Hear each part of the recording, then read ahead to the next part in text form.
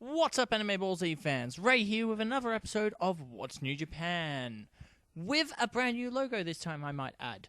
Because I forgot to mention the brand new logo in last week's episode, because, well, last week's episode was recorded before the new logo was made public, and enough of my ramblings.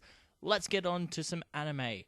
Well, before we can actually get on to the anime, I have to briefly touch on the fact of the matter that is What's New Japan. What's New Japan is where I find out what's coming out in Japan right now as we speak, and I tell you about it in the hopes that it will entice you enough to check it out when it finally gets an English release. That being said, let's get started. The first anime on my list for you this week is an anime called Shin, Sekai, Yori. It's set in Japan a millennium from now, and it revolves around 5 children, the protagonist Saki and her 4 friends Satori, Maria, Momori and Shun, who have been born and raised in a tranquil town that can be described as a utopia, overflowing with water and green foliage. The world is ruled by people who have the cursed power, or the god's power. I assume that's the two things that it's referred to, and depending on the attitude of the person, depends on which name they call it. Anyway, the power in question happens to be the power of telekinesis. After a certain incident, Saki and the others come to realize the true nature of their world, and before long they learn everything, including the bloody history that brought humanity to this state. The 5 then throw themselves into the life-threatening adventure and fight to protect friends and a world on the brink of collapse. Now, if that synopsis didn't pique your curiosity and get you interested about this series, then there must be something wrong with you, and that thing, obviously, is that you're into animes that are a little different, and possibly a little less action-packed. Either way, I'm going to be checking out because it looks awesome. I highly recommend that you guys check this one out as well. Next up on my list is an anime called Lychee de Hikari Club. The story starts off with 9 boys, all in the Hikari Club, who are driven to make the ultimate artificial intelligence and will stop at nothing to create it. The leader of the club, Zero, is an attractive boy who is very sick and twisted.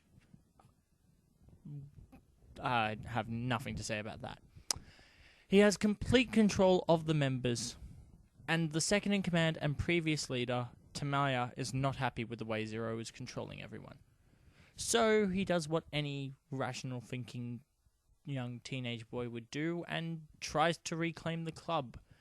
And eventually everything begins to crumble and turn into chaos. Definitely a premise that I haven't really heard of in an anime before. The picture I'm looking at is creepy as all hell. It looks interesting. It would be good to know if this is going to be in cell shaded or black and white or full color. If you're into animes that are a little bit round the bend, I'm not talking Neon Genesis Evangelion weird, I'm just talking like a little bit out there, then you should probably check this one out because it looks interesting. The final anime I have to talk to you about this week is an anime that, well, the premise made me laugh really hard when I read it. And I just had to tell you guys about it. And it really annoys me because it's got a rather hard name for me to pronounce because I can't speak Japanese. But the name of the anime is Chuunibyou Demo Koiga Shitai.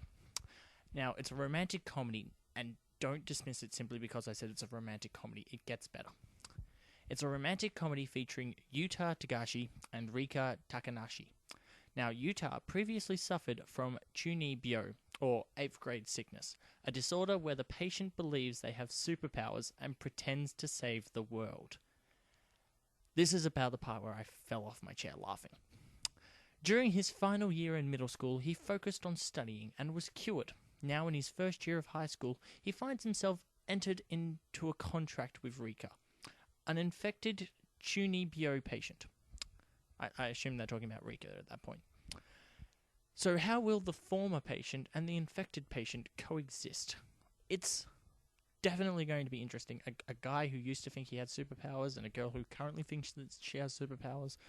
And I might only find this interesting simply for my psychological background, but should definitely be absolutely hilarious, and you should definitely all check this one out. So at the end of another week of What's New Japan, I've told you about an anime that is revolving around people who think that they have superpowers. An anime set in Japan 1,000 years from now, where the people that rule the world have telekinesis, and an anime that has a robot club and is incredibly dark and a little bit twisted. Hopefully one of those sounds interesting and you decide to check it out. And also don't forget to go check out Armageddon Expo, 13th to the 14th of October, which is only like 2 or 3 weeks away right now. And, well, yeah, it's at the Melbourne Convention and Exhibition Centre. It's going to be a huge amount of anime voice actors there. Melanie, who's the lead female character from Vampire Knight. I think Vic Mignogna was in that anime, I'm not sure. And, of course, the one, the only, Johnny Young Bush, who, well, apart from being the second Black Power Ranger in the original series of Power Rangers, he was also the voice of Ichigo Kurosaki from Bleach, Lelouch v. Britannia from Code Geass, and Isaiah Orihara from Durarara. I'm going to be going simply to check him out. I hope to see you guys all there. We will be there as the AnimeBallZ team, so come up, say hello. And, well, yeah, that's all I've got to talk to you about. This has been What's New Japan. I'm Ray. Catch you on the flip side.